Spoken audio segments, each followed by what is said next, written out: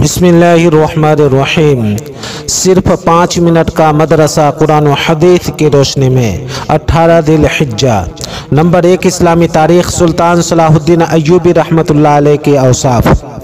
سلطان صلاح الدین ایوبی رحمۃ اللہ علیہ جہاں ایک طرف مصر و شام کے بادشاہ تھے تو وہیں دوسری طرف ایک سچے پکے مسلمان بھی تھے۔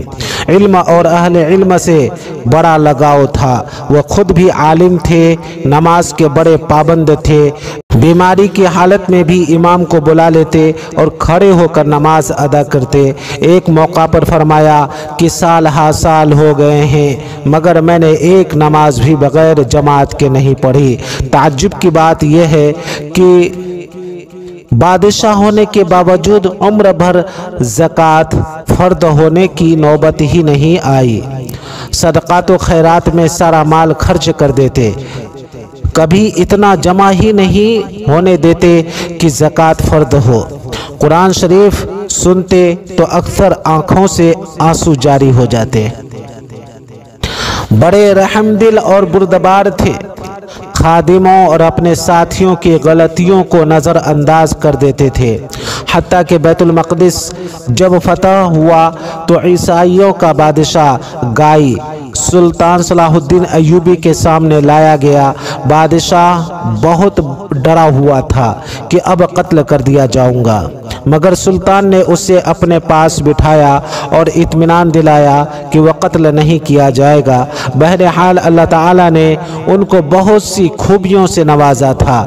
589 ہجری میں ان کا انتقال ہوا۔ نمبر 2، حضور صلی اللہ علیہ وسلم کا معجزہ، غیبی مدد۔ صحابہ کرام رضوان اللہ علیہم اجمعین فرماتے ہیں کہ ہم ایک سفر میں اللہ کے رسول صلی اللہ علیہ وسلم کے ساتھ 400 آدمی تھے۔ ہم لوگوں نے ایسی جگہ پڑاؤ ڈالا جہاں پینے کے لیے پانی نہیں تھا۔ ہم سب گھبرا گئے۔ اتنے میں ایک چھوٹی سی بکری اللہ کے رسول صلی اللہ علیہ وسلم کے سامنے آ کر کھڑی ہو گئی۔ آپ صلی اللہ علیہ وسلم نے اس کا دودھ دوہا اور پھر خوب سیر ہو کر پیا اور اپنے صحابہ رضی اللہ عنہم کو بھی پلایا، حتیٰ کہ سب سیر ہو گئے۔ اس کے بعد اس بکری کو باندھ دیا گیا۔ صبح کو اٹھ کر دیکھا تو وہ بکری غائب تھی۔ حضور صلی اللہ علیہ وسلم کو خبر دی گئی تو آپ صلی اللہ علیہ وسلم نے فرمایا جو خدا اس کو لایا تھا وہی اسے لے گیا۔ بہقی فی دلائل النبوہ۔ نمبر 3، ایک فرد کے بارے میں، وراثت میں لڑکی کا حصہ۔ قرآن میں اللہ تعالیٰ فرماتا ہے، اللہ تعالیٰ تم کو تمہاری اولاد کے سلسلے میں حکم دیتا ہے کہ ایک لڑکے کا حصہ 2 لڑکیوں کے برابر ہے۔ سورہ نساء۔ والدین کی وراثت میں لڑکے کے 2 حصے اور لڑکی کا 1 حصہ ہوتا ہے جس کا ادا کرنا فرض ہے۔ نمبر 4، ایک سنت کے بارے میں، پرہیزگاری اور مالداری کی دعا۔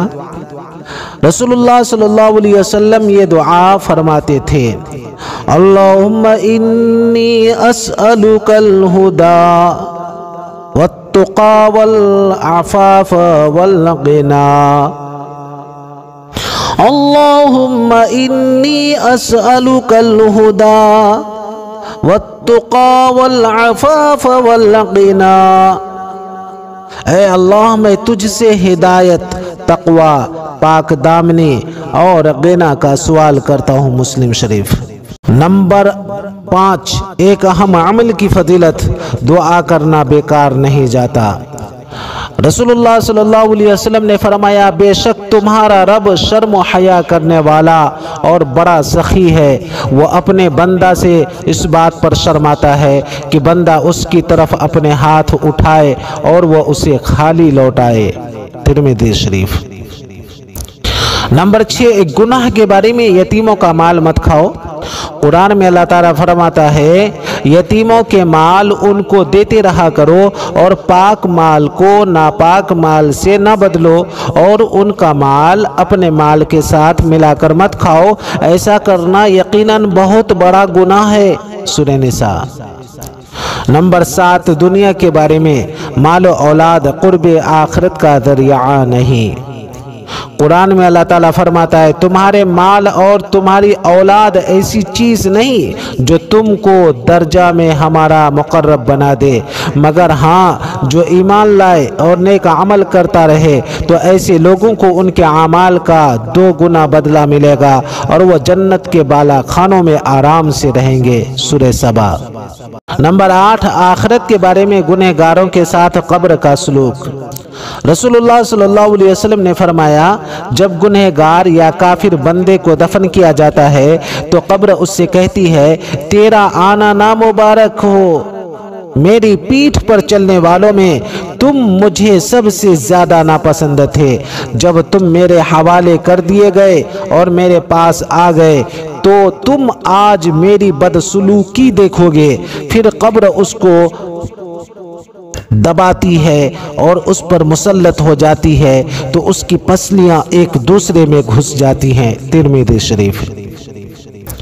نمبر 9، طب نبوی سے علاج، خربوزہ کے فوائد۔ رسول اللہ صلی اللہ علیہ وسلم نے فرمایا کھانے سے پہلے خربوزہ کا استعمال پیٹ کو بالکل صاف کر دیتا ہے اور بیماری کو جڑ سے ختم کر دیتا ہے۔ ابن عساکر۔ نمبر 10، نبی کریم صلی اللہ علیہ وسلم کی نصیحت۔ حضرت انس رضی اللہ تعالی عنہ کی والدہ نے سرکار دو عالم صلی اللہ علیہ وسلم کی خدمت میں حاضر ہو کر عرض کیا مجھے کچھ وصیت فرمائیے۔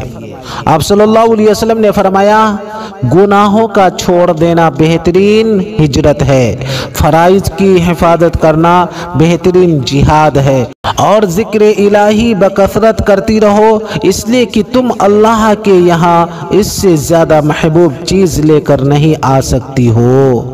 طبرانی کبیر۔